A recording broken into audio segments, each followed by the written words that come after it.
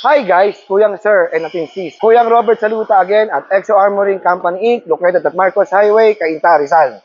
Let's check the new delivery of Exo Armoring, the Toyota Hi-Ace Super Grandia.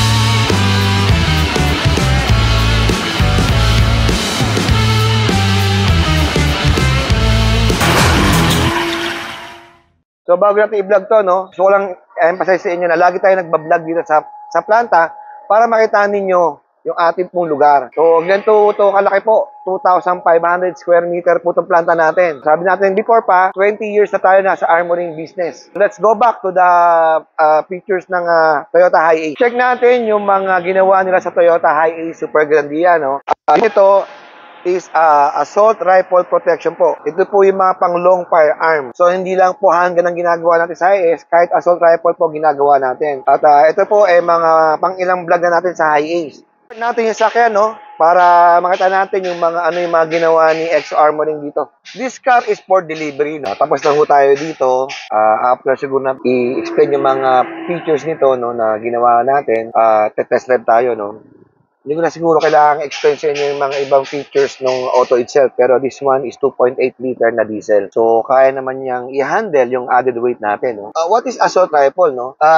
Tulad po nito ating mga salamin natin, no? Ang thickness na salamin natin, every time nag-vlog po tayo, is around 39 to 42 mm po yan. Yan po yung thickness po ng assault rifle protection. Lahat po ito is assault rifle protection. So, hanggang sa dulo po, no?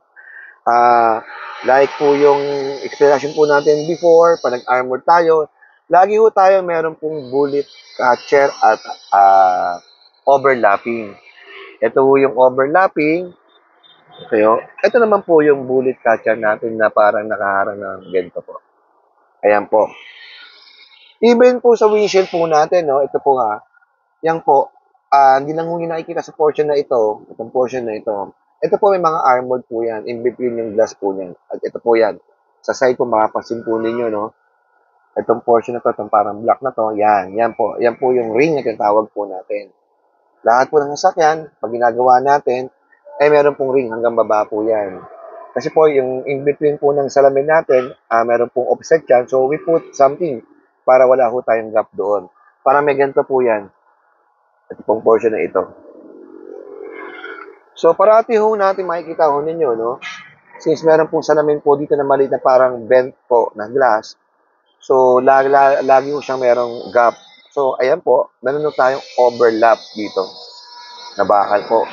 So, pag sinara ho natin yan, halos 0-0 ho yan in between po sa mga gantong portion po at saka po yung dito po. So, yan po yung mga added na mga features na ginagawa ho natin. Ever since po, no, na nag-explain po kasi sa vlog natin, the hinges is always na talagang fabricated tayo para easy po yung ating pag-install po ng pintuan. For example po, no, kung sakaling magsasag po siya, ibig sabihin sa bababa po siya, madali po natin siya ma-align kasi po, eksaktuhan po yan. Hindi lang po siya reinforced, kundi palit po ng hinges na solid talaga. And itong mga kinakapitan po niya, may mga bakal na sarili po yan. Hindi lang po itong original na yero niya. Kasi po, sa bigat po niyan, pwede ho niyang iangat yan later on. So, kaya that's why meron ho tayong mga plating sa loob niyan. Ngayon po, no, ito pong ating mga salamin, no, operable po yan, no, going down and going up. So, makikita ho ninyo, no, hindi yan slow motion. Kasi po, ang ating motor po ay galing po Germany. Ayan po. Tingnan ho ninyo ang sukat po ng salamin natin. So, ito po yung ating daliri po. So, ito po yan. So, almost 2 inches po ang kapal po niyan. Ganyan po ang assault rifle protection. So, makikita ho ninyo. At kahit po nakasara ho siya, kung mapapansin po natin, no, ayan po, nakalabas po yan dito. Kung handgun protection po yan, makikita ho nyo, halos pantay lang ho yan sa itong plastic na to. Ito po, lagpas po yan. Ayan po. Going down and going up. Well, no, ang kagandahan ng mga Super Grandia o Elite, dalawa ang pintuan yan. So, pag binuksan po natin, ayan po, kabilaan po ang sliding door natin. At captain seat po siya na 4 na yung baga, yung access po ng mga tao pagpasok at paglabas, maluwag po. So, subukan naman po dito, no? Ito, pwede po natin i-adjust po yung front, going back. Ayan po. Para mas maluwag po yung sa likod natin. At ang sliding po natin, no? Ayan po. May tao ninyo. Ayan po. So, meron po siyang bigat ng konti, pero magaang pa rin po siyang isara at ibukas.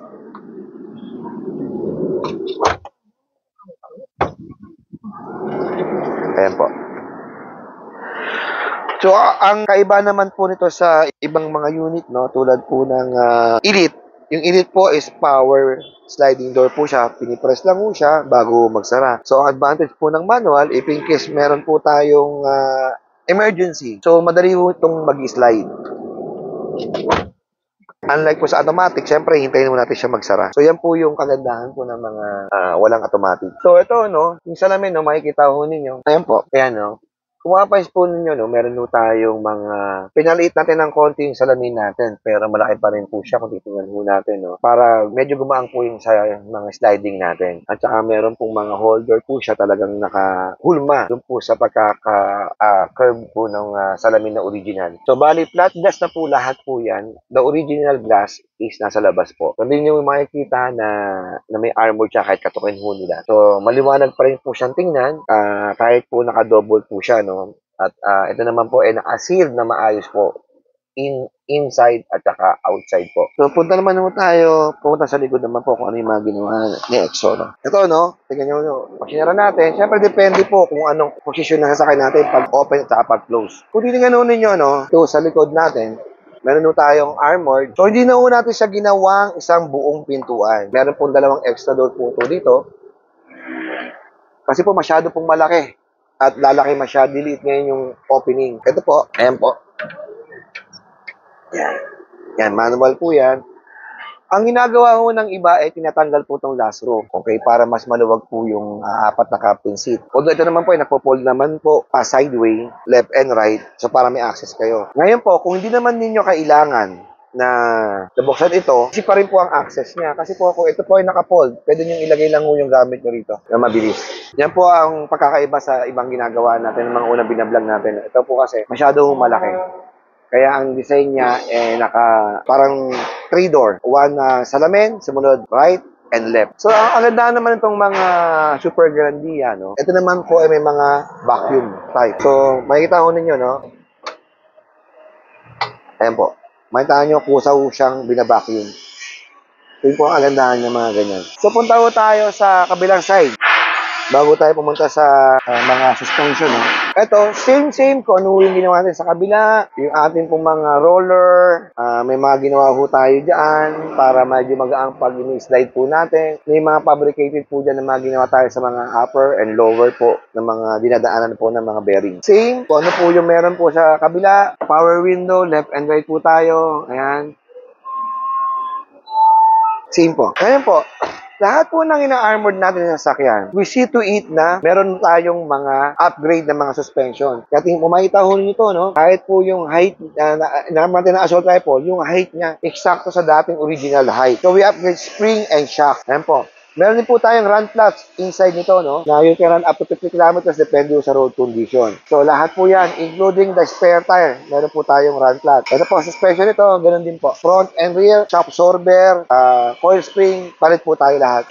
So, let's go naman tayo dun sa engine area naman, no? Kung ano mga ginawa natin. Okay, dito naman po, no? Yung firewall natin, nasa loob po. Wala po dito, nasa loob po na mismo ng dashboard. We remove the dashboard, no? Ito po, tulad niya, no, meron po tayong protection sa fuse box. Yung battery po nito nasa loob din po ng ilalim niya, pero may protection pa rin po siya. And meron po tayong run bumper also na nakatago din po. Lagi ko natin na-explain po yan. No? Gusto kong pakita sa inyo yung yung sinasabi ko sa firewall, no, kapag assault rifle lang ginagawa natin. Halika po. So yung sinasabi ko kanina na firewall po na sa high ace, no, parang ganito po yun. Tingnan niyo. Meron tayong parang mga puzzle na ginagawa ho dyan. Yan po ang ginagawa ho natin sa loob ng firewall po, ng mga assault rifle protector. Defender ng high ace, meron po tayo, ito naman po yun. Na hindi nyo nakikita ko pag nag-vlog po tayo, ngayon pinapakita ko po sa inyo. Hindi pa po tapos yan, pero yan po yung mga pinapakita ko po sa inyo. Pati yung sa firewall kanina, hindi pa rin tapos kasi kailangan pa ng mga full weld nun. Yun lang po ang mga sample na ginagawa ho natin. Sa doors naman po, ito naman ang ginagawa ho natin. Kung mapapansin po ninyo, wala po mga masyadong cut yan. Buo-buo ho natin ginagawa. Kasi po, yan ang pinaka-importante po. Ang bakal po kasi kapag maraming weld, maraming cut, nagiging weak din po siya. So ito po ang mga sample lang po. So, balik po tayo dito, no? Ito yung sinasabi ko sa inyo, meron po tayo yung fuse box. Ang pagkakaiba po kasi ang battery ng high ace ay nasa baba po. So, nanditong portion po ang armored niyan, no? Yung battery po niyan. So, naglalagay din po tayo ng protection dyan kahit andyan po yan. Siguro, Ira, maganda i-test drive natin para makita natin kung ano yung ride ng high ace na armor natin ng assault rifle protection. So, magki-test drive tayo, no? Gusto kong pakita sa inyo na ito naman po, ang features nito, no? Ang ating pong backup camera ay nandito sa rear view mirror. Wala ho dito, no? Subukan natin yung ride ng assault rifle. Although marami na ho tayong nagawa nito, pero syempre, every time na mag-deliver tayo ng sasakyan, kailangan natin may test drive before delivery, no? Pero syempre, we always tell to the customer also na iba pa rin yung sila magdadrive kasi especially sa gabi, yung wind noise, rattle, bouncing, kasi syempre may lang naman yung test drive natin, hindi naman tayo nakapag-test drive ng 120 kilometers per hour. Unlike pag sila may dala po, mas magagamit nila ng ganun sa expressway po. So ito, no, sa U-turn area, okay naman po siya. So ngayon, yung power niya, may konting adjustment dahil sa laki po ng sasakyan. Pero meron pa siyang power, hindi siya yung hirap na hirap. Yung handling, no, okay siya. So iba pa rin, syempre, sinasabi natin lagi sa customer natin na i-feel nila yung sasakyan kapag nasa kanila talaga kung meron pa bang ibang problema na pwede nating ma-adjust. Ano. So okay naman siya. Maganda talaga. Maganda talaga gawa ng exo armoring. Itong unit to, no, for delivery na to, ready na to. We're going to call the client na pwede na nilang pick upin. By the way, no, bago tayo mag-closing, shout out naman tayo sa ating mga brad sa Mason, sa NCRF, Mandaluyong Masonic Lodge, at tsaka po ang ating kaibigan sa TM Calao, especially kay Brother Senior Warden Deo Macalma. Kumusta po kayo? Don't forget pala, no, to like, subscribe, and share my YouTube channel, Kuyang Robert. If you have any question po, no, pwede niyo po akong tawagan sa 0917-837-3099. Maraming salamat po and God bless.